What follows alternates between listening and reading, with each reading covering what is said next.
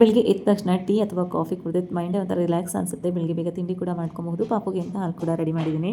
ಸ್ನಾಕ್ಸ್ಗೆ ಅಂತ ಮನೇಲಿ peanut chat masala ಮಾಡೋಣ ಅಂತ ಸಿಂಪಲ್ ಆಗಿ ರೆಡಿ ಮಾಡಿದ್ದೀನಿ. ಪಾಪು ಕೂಡ ಇಷ್ಟಪಟ್ಟು ತಿಂತಾರೆ. ಹೊರಗಡೆ ತಂದು ತಿನ್ಸೋಕ್ಕಿಂತ ಈ ರೀತಿ ಮನೇಲೆ ಮಾಡಿಕೊಟ್ರೆ ಅವನು ಕೂಡ ಇಷ್ಟಪಟ್ಟು ತಿಂತಾನೆ ಅಂತ ಮಾಡಿದ್ದೆ. ತುಂಬಾ ಟೇಸ್ಟಿ ಕೂಡ ಚೆನ್ನಾಗಿತ್ತು. ಯಾರ ಮನೆ ಇದು? ನಿಮ್ಮನೇನಾ? ಮತ್ತೆ ಸಿಂಪಲ್ ಆಗಿ ನೈಟ್ಗೆ ಅಂತೇಳಿ ಶೇಂಗಾ ತಂಬಳಿ ಮಾಡ್ಕೊಂಡಿದ್ದೆ. ತುಂಬ ಚೆನ್ನಾಗಿ ಬಂದಿತ್ತು. ತುಂಬ ಟೇಸ್ಟಿ ಕೂಡ ಇತ್ತು. ಸಿಂಪಲ್ ಕೂಡ ಮಾಡ್ಕೊಂಡು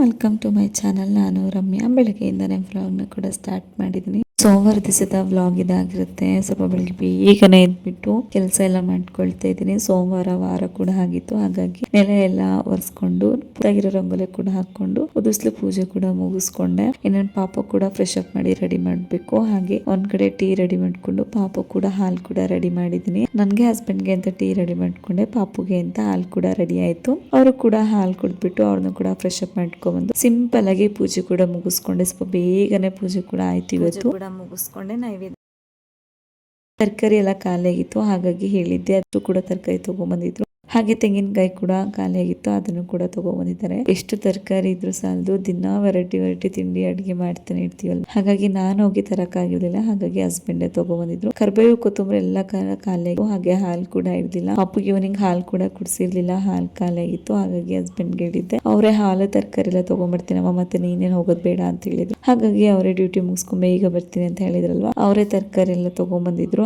ಏನೆಲ್ಲ ತರಕಾರಿ ತೊಗೊಂಬಂದಿದ್ರ ಅಂತ ಎಲ್ಲ ತೆಗ್ದ್ಬಿಟ್ಟು ಜೋಡಿಸ್ಕೊಳ್ತಾ ಇದ್ದೆ. ಹಾಗೆ ಕರ್ಬೇವಿನ ಸೊಪ್ಪು, ಕೊತ್ತಂಬರಿ ಸೊಪ್ಪನ್ನು ಕೂಡ ಅಷ್ಟೇ ಬಿಡಿಸಿ ಎತ್ತಿಟ್ಕೊಳ್ಳೋಣ ಅಂತ ಅದನ್ನು ಕೂಡ ರೆಡಿ ಮಾಡ್ಕೊಳ್ತಿದ್ದೆ. ಅದೇ ಒಂದು ಕೆಲಸ ಆಗ್ಬಿಡುತ್ತೆ. ಕೊತ್ತಂಬರಿ ಸೊಪ್ಪೆಲ್ಲ ಬಿಡಿಸಿ ಎತ್ತಿಟ್ಕೊಂಡ್ರೆ ಒಂದು ದೊಡ್ಡ ಕೆಲಸನೇ ಮುಗಿಯುತ್ತೆ.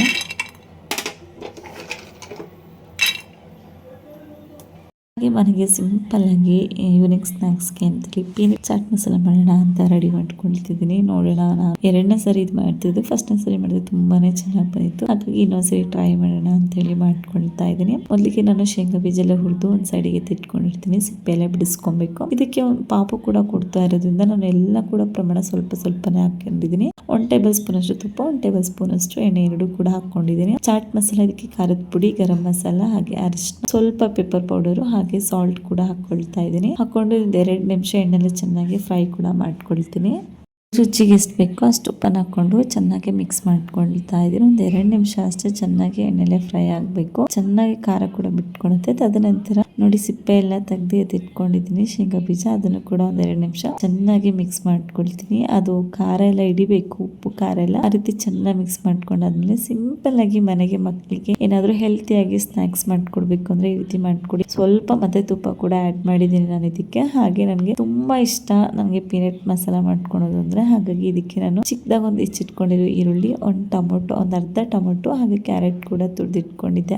ಹಾಗೆ ಸ್ವಲ್ಪ ಸೌತೆಕಾಯಿ, ಮೇಲ್ಗಡೆ ಸ್ವಲ್ಪ ನಿಂಬೆಹಣ್ಣು ಅಥವಾ ಮಿಕ್ಸ್ಚರ್ ಇದ್ರೆ ಮಿಕ್ಸ್ಚರ್ ಕೂಡ ಆ್ಯಡ್ ಮಾಡ್ಕೊಬಹುದು. ಹಾಗೆ ಸ್ವಲ್ಪ ಉಪ್ಪು ಹಾಕೊಂಡಿದ್ನಲ್ವಾ, ಹಾಗಾಗಿ ಮತ್ತೆ ನಾನು ಇದಕ್ಕೆ ಸ್ವಲ್ಪ ಪ್ರಮಾಣದ ಉಪ್ಪು ಹಾಕೊಂಡು ಚೆನ್ನಾಗಿ ಮಿಕ್ಸ್ ಮಾಡ್ಕೊಳ್ತಿದ್ದೀನಿ. ಮಕ್ಕಳಿಗೆ ಕೂಡ ಸ್ವಲ್ಪ ಪ್ರಮಾಣದಲ್ಲಿ ಕೊಡ್ಬೋದು. ಈವ್ನಿಂಗ್ ಸ್ನಾಕ್ಸ್ ರೀತಿ ಕೂಡ ಕೊಡ್ಬೋದು ಮಕ್ಕಳಿಗೆ, ತುಂಬಾನೇ ಚೆನ್ನಾಗಿರುತ್ತೆ. ಈ ರೀತಿ ಮಾಡಿ ಮನೇಲಿ ಕೂಡ ಎಲ್ಲರೂ ಇಷ್ಟಪಟ್ಟು ತಿಂತಾರೆ. ಏನಾದ್ರು ಸ್ನಾಕ್ಸ್ ಸ್ಪೆಷಲ್ ಆಗಿ ವೆರೈಟಿ ಆಗಿ ತಿನ್ಬೇಕು ಅಂದ್ರೆ ಈ ರೀತಿ ಸಿಂಪಲ್ ಆಗಿ ಪೀನಟ್ ಮಸಾಲ ಮಾಡ್ಕೊಂಡ್ರೆ ಸಾಕು. ಇದಕ್ಕೆ ಸ್ವಲ್ಪ ಮೇಲ್ಗಡೆ ನಿಂಬೆಹಣ್ಣು ಕೂಡ ಹಾಕೊಳ್ತಾ ಇದ್ದೀನಿ. ನೋಡ್ಬೋದು ಎಷ್ಟು ಚೆನ್ನಾಗಿ ಬಂದಿದೆ ಗೊತ್ತಾ. ಟೇಸ್ಟ್ ವೈಸ್ ಕೂಡ ಅಷ್ಟೇ ತುಂಬಾನೇ ಚೆನ್ನಾಗಿ ಬಂದಿದೆ.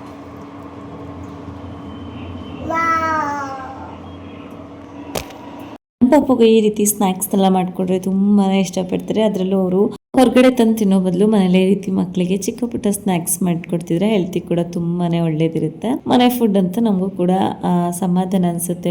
ಮನೇಲೆ ಮಾಡ್ಕೊಟ್ಟಿದೀನಿ, ಹೊರಗಡೆ ತಂದು ಕೊಡೋ ನೆಸೆಸಿಟಿ ಇಲ್ಲ ಅಂತೇಳಿ ನಮ್ಮ ಪಾಪುಗೆ ಒಂದು ಬೌಲಲ್ಲಿ ಸಪ್ರೇಟ್ ಹಾಕೊಟ್ಬಿಟ್ಟಿದೆ. ಯಾಕಂದ್ರೆ ಇದ್ರಲ್ಲಿ ತಿನ್ಬೇಕಾದ್ರೆ ಫುಲ್ ಅಷ್ಟು ಕೆಳಗೆ ಬೀಳಿಸ್ಬಿಡ್ತಾನೆ. ಅವ್ನಿಗೆ ಶೇಂಗಾ ಬೀಜ ಅಂದ್ರೆ ತುಂಬಾನೇ ಇಷ್ಟ, ಅದನ್ನ ಮಾತ್ರ ಆರಿಸ್ಕೊಳ್ತಿರ್ತಾನೆ. ಹಾಗಾಗಿ ಅವ್ನಿಗೆ ಅಂತ ಸಪ್ರೇಟ್ ಬೌಲ್ಗೆ ಹಾಕೊಡ್ತೀನಿ, ಅಥವಾ ಪ್ಲೇಟಾಗೆ ತಿಂತೀನಿ ಹಠ ಮಾಡಿದ್ರೆ ಅದರಲ್ಲೇ ಕೊಡ್ತಿದ್ದೆ. ಅವ್ರಿಗೆ ಕೂಡ ಹಾಲು ಕೂಡ ರೆಡಿ ಮಾಡಿದ್ದೆ. ಹಾಲ್ ಜೊತೆ ಕುಡ್ಕಂತ ತಿನ್ನು ಪುಟ ಅಂತ ಹೇಳಿದ್ದೆ. ಸರಿ ಮಮ್ಮ ನಾನು ತಿಂತೀನಿ ಅಂದ್ರು. ಮತ್ತೆ ವ್ಲಾಗ್ನ ಕಂಟಿನ್ಯೂ ಮಾಡೋಕ್ಕಾಗಲಿಲ್ಲ. ಮತ್ತೆ ನೈಟಿಂದ ವ್ಲಾಗ್ನ ಕೂಡ ಸ್ಟಾರ್ಟ್ ಮಾಡಿದ್ದೀನಿ.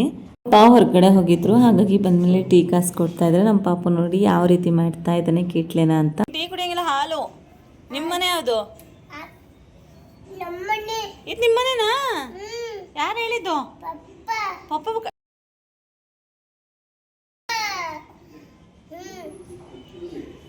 ಯಾರ ಮನೆ ಇದು? ನಿಮ್ಮನೇನಾ? ಮತ್ತೆ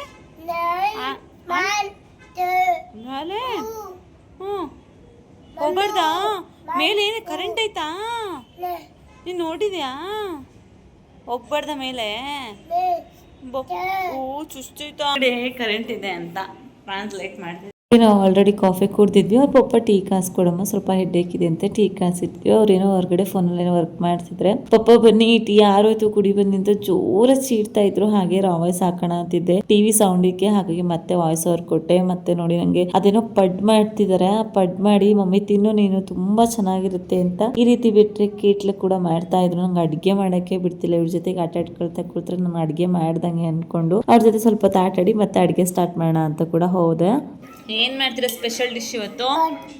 ಪಡ್ಡು. ಡೈಲಿ ಪಡ್ಡು. ದೋಸೆ ಗೀಸೆ ಮಾಡಲ್ಲೇನು?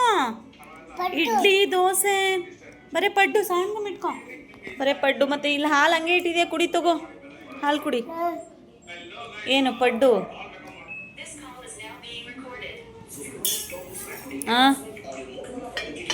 ನೋಡಿ ಪಡ್ಡು ರೆಡಿ ಆಗ್ತಿದೆ. ಬನ್ನಿ ಎಲ್ಲರೂ ತಿಂದು ಬನ್ನಿ. ರುಚಿ ರುಚಿಯಾದ ಪಡ್ಡು ಅಲ್ವಾ? ಎಷ್ಟು ರೂಪಾಯಿ ಪಡ್ಗೆ? 3 ರೂಪಾಯಿ. 3 ರೂಪಾಯಿ ಅಷ್ಟೇನಾ? ಸುಡ್ತಿಲ್ವಾ? ಸುಡ್ತಿಲ್ಲ ಪಡ್ಡು?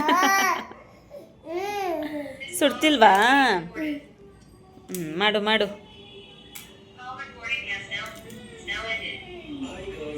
ಈಗ ನಂಗೆ ತಿನ್ಸಕ್ ಬಿಡ್ತಾನೆ ನೋಡಿ. ಇನ್ನೊಂದು ತಿನ್ಸಪ್ಪ.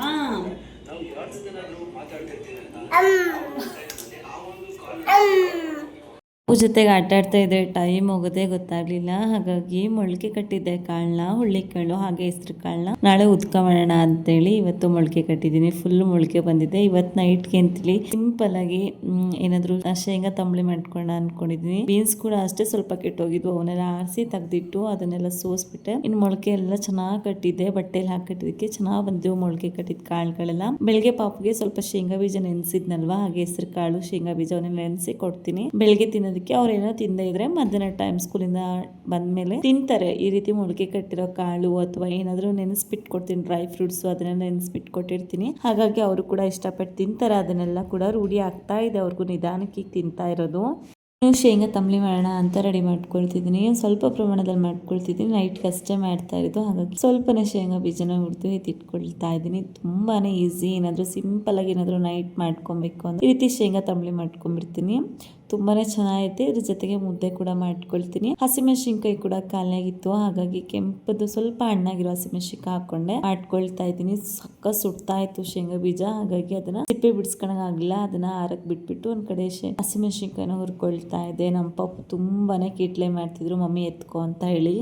ಹಾಗೆ ವಾಯ್ಸ್ ಕೂಡ ಕೊಟ್ಟಿದ್ದೆ, ಆದರೆ ತುಂಬಾ ಟಿವಿ ಸೌಂಡ್ ಇತ್ತು. ಹಾಗಾಗಿ ನಾನು ಮತ್ತೆ ಇದಕ್ಕೆ ವಾಯ್ಸ್ ಓವರ್ ಕೊಡಬೇಕಾಯಿತು. ನಮ್ಮ ಪಾಪಕ್ಕೆ ಬೇರೆ ಕಾರ್ಟೂನ್ ಹಾಕ್ಬಿಟ್ಟು ಬಂದಿದ್ನಲ್ವ, ಹಾಗಾಗಿ ಅವ್ರು ತುಂಬಾ ಅಳ್ತಾ ಇದ್ರು. ಅದೆಲ್ಲ ಇದಕ್ಕೆ ಮತ್ತೆ ಇದಕ್ಕೆ ವಾಯ್ಸ್ನೇ ಕೊಡ್ತಾ ಇದ್ದೀನಿ ನಾನು.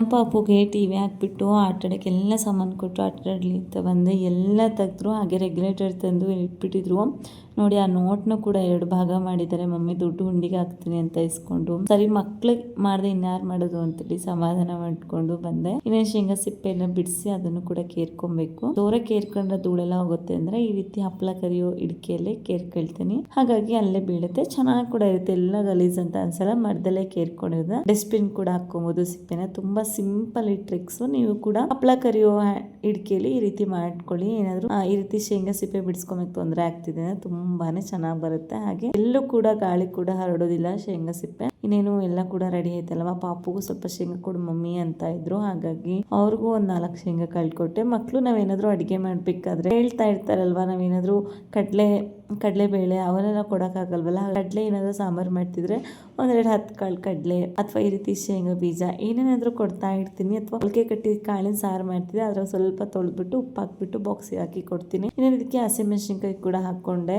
ನಾನು ವಿಡಿಯೋ ಮಾಡ್ತಾ ಇದ್ದೆ, ನಮ್ಮ ಪಾಪು ಕರೆದ ಅಂತ ಅಲ್ಲೇ ಇಟ್ಬಿಟ್ಟು ಅವ್ನಿಗೆ ಶೇಂಗಾ ಬೀಜ ಎಲ್ಲ ಕೊಡೋಕೆ ಹೋದೆ. ಅವ್ನು ಇರೋ ಹತ್ರನೇ ಎಲ್ಲ ತಗೊಂಡೋಗಿ ಕೊಡಬೇಕು. ಹಾಗೆ ಇದಕ್ಕೆ ಸ್ವಲ್ಪ ಹುಣಸೆ ಹಣ್ಣು, ಸ್ವಲ್ಪ ಪ್ರಮಾಣದಲ್ಲಿ ಜೀರಿಗೆ ಕೂಡ ಹಾಕೊಳ್ತಾ ಇದ್ದೀನಿ. ಹಾಗೆ ರುಚಿಗೆ ತಕ್ಕಷ್ಟು ಉಪ್ಪು. ಇಷ್ಟು ಇಂಗ್ರೀಡಿಯೆಂಟ್ಸ್ ಇದ್ರೆ ಸಾಕು. ಸಿಂಪಲ್ ಆಗಿ ಶೇಂಗಾ ತಂಬಳಿ ಕೂಡ ಮಾಡ್ಕೊಬಹುದು, ತುಂಬಾನೇ ಚೆನ್ನಾಗಿರುತ್ತೆ. ಇದ್ರ ಜೊತೆಗೆ ರಾಗಿ ಮುದ್ದೆ ಅಥವಾ ಜೋಳದ ಮುದ್ದೆ ಜೊತೆ ಕೂಡ ಒಳ್ಳೆ ಕಾಂಬಿನೇಷನ್ ಅಂತಾನೆ ಹೇಳ್ಬೋದು ಇದು.